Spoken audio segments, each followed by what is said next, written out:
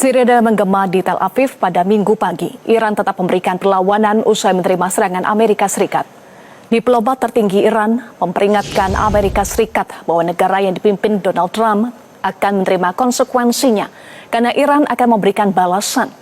Melalui akun media sosial X, Menteri Luar Negeri Iran Abbas Araghchi juga telah menyampaikan tanggapannya atas serangan AS di 3 lokasi fasilitas nuklir milik Iran. Ia menyatakan apa yang dilakukan oleh Amerika Serikat tentu ada konsekuensinya. Abbas juga menyampaikan sesuai dengan piagam PBB, Iran memiliki semua pilihan untuk mempertahankan kedaulatan, kepentingan dan rakyatnya untuk membela diri. Serangan Iran menyasar wilayah utara dan pusat Israel. Menurut informasi dari United Hatzalah, sebuah organisasi layanan medis darurat berbasis relawan Israel, serangan ini merupakan kiriman pertama Iran pasca serangan Amerika Serikat. Sebanyak 11 orang korban dilarikan ke rumah sakit dari serangan ini. Iran telah melepaskan ratusan roket drone ke Israel sejak pertama kali Israel melakukan serangan ke Iran pada pekan lalu.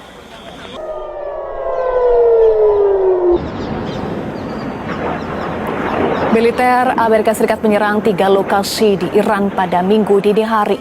Serangan ini membuat AS secara langsung bergabung dengan Israel menyerang Iran. Apakah serangan ini akan menandai keterlibatan negara-negara lain dan ancaman terjadinya Perang Dunia Ketiga?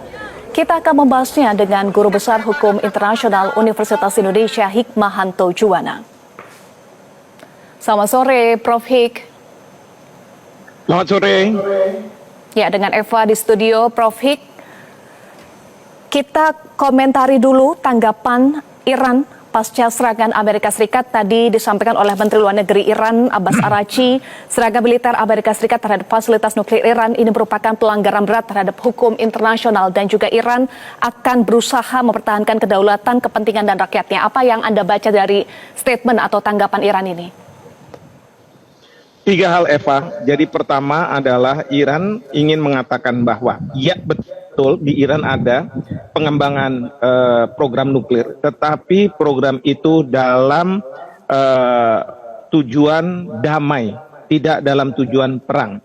Sehingga serangan terhadap Amerika Serikat terhadap Iran ini merupakan suatu pelanggaran hukum internasional. Kedua, bahwa ketentuan hukum internasional yang dikutip oleh pihak Iran adalah pasal 2 ayat 4 piagam PBB, di mana di situ disebutkan bahwa setiap negara wajib untuk menahan diri menggunakan kekerasan atau ancaman kekerasan terhadap kedaulatan wilayah integritas dari negara anggota lainnya. Jadi apa yang dilakukan oleh Amerika Serikat ini jelas menurut Iran melanggar pasal 2 ayat 4, mengingat menurut Iran pengembangan nuklir adalah untuk tujuan damai dan ini sudah diverifikasi oleh lembaga nuklir internasional yaitu IAEA yang berada di bawah Perserikatan Bangsa-Bangsa. Dan yang ketiga, Iran tadi saya mendengar Menlu mengatakan bahwa dia menyampaikan hal ini ke Dewan Keamanan PBB kepada banyak negara dan ini sesuai dengan pasal 51 piagam PBB bahwa kalau sebuah negara mendapat serangan dari negara lain maka dia punya hak untuk melakukan bela diri. Hak bela diri ini diatur dalam pasal 51 self defense, itu mengatakan bahwa negara tersebut bisa melakukan serangan kepada negara yang telah melakukan serangan dan kemudian dia harus menyampaikan serangan ini sebagai pembalasan ke Dewan Keamanan PBB. Sehingga prosedur yang diatur di dalam pasal 51 piagam PBB oleh Iran dipenuhi. Nah, tadi juga saya melihat bahwa serangan yang dilakukan tidak sekarang langsung ke Amerika Serikat, tetapi dilancarkan ke Israel. Karena mungkin bagi Iran, pada saat sekarang ini yang paling cepat dan paling dekat dengan Iran untuk melakukan serangan balasan, tidak ke Amerika Serikat atau ke kapal-kapal perang Amerika Serikat, ya, kapal-kapal induknya, yang berada di Timur Tengah, tetapi yang paling mudah untuk dilakukan serangan balasan adalah ke Israel. Sehingga tadi kita lihat betapa Israel mendapatkan serangan dari Iran pasca adanya serangan dari Amerika Serikat. Seperti itu, Eva. apakah serangan balasan dari Iran akan lebih masif ke Israel nantinya pasca serangan dari Amerika Serikat?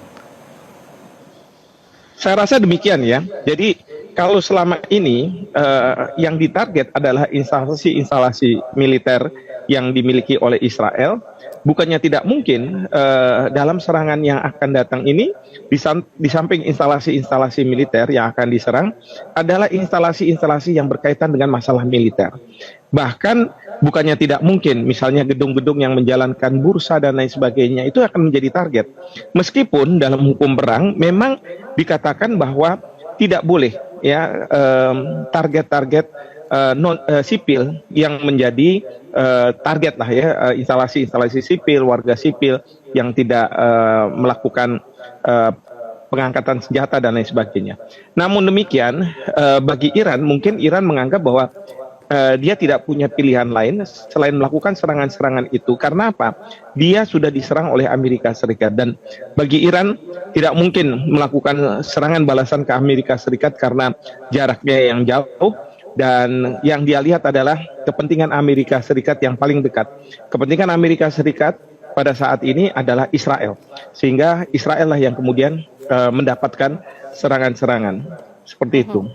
Ya, serangan ke Amerika Serikat tidak mungkin karena jauh ya, tapi apakah ada serangan lain yang bisa dilakukan Iran, misalnya ancaman Iran untuk menutup Selat Hormuz bisa dilakukan karena bisa akan berdampak pada pasar global, Prof. Hik?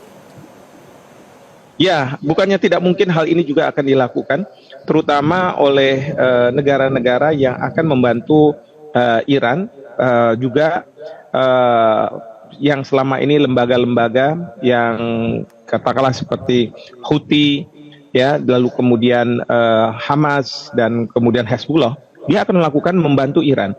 Dan Houthi itu sudah kemarin-kemarin ini melakukan serangan-serangan ke kapal-kapal yang berlayar di Selat Hormuz, sehingga membuat banyak kekhawatiran bagi kapal-kapal yang berlayar di selat tersebut untuk melintasi Selat Hormuz. Dan ini selat ini merupakan silence of communication, SLOC, artinya dia ini menjadi urat nadi bagi perdagangan internasional, sehingga kalau ada disrupsi di sini, ini akan berdampak pada supply chain bagi dunia, dan kemudian juga terutama sekali supply terhadap bahan bakar minyak, ya. Dan kita sudah lihat bahwa bahan bakar minyak sekarang ini sudah mulai meninggi, dan bukannya tidak mungkin akan lebih meninggi lagi.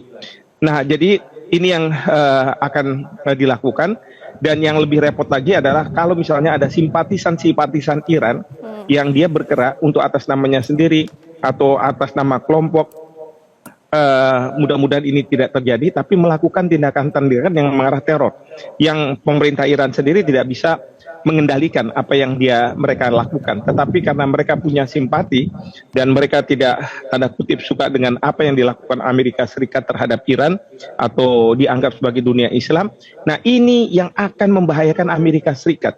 Ini yang akan membahayakan warga Amerika Serikat di seluruh dunia. Karena apa?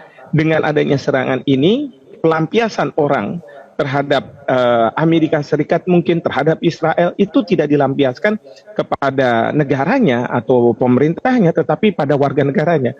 Ini yang kita harus hati-hati, termasuk kita di Indonesia.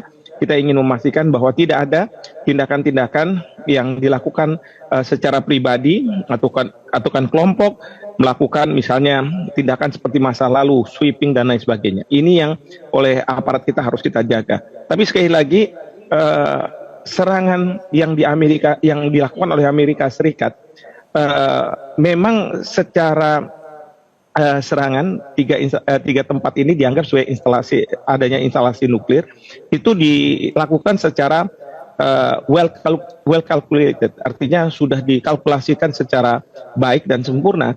Hanya saja konsekuensi dari serangan ini menurut saya yang tidak dipikirkan oleh Amerika Serikat.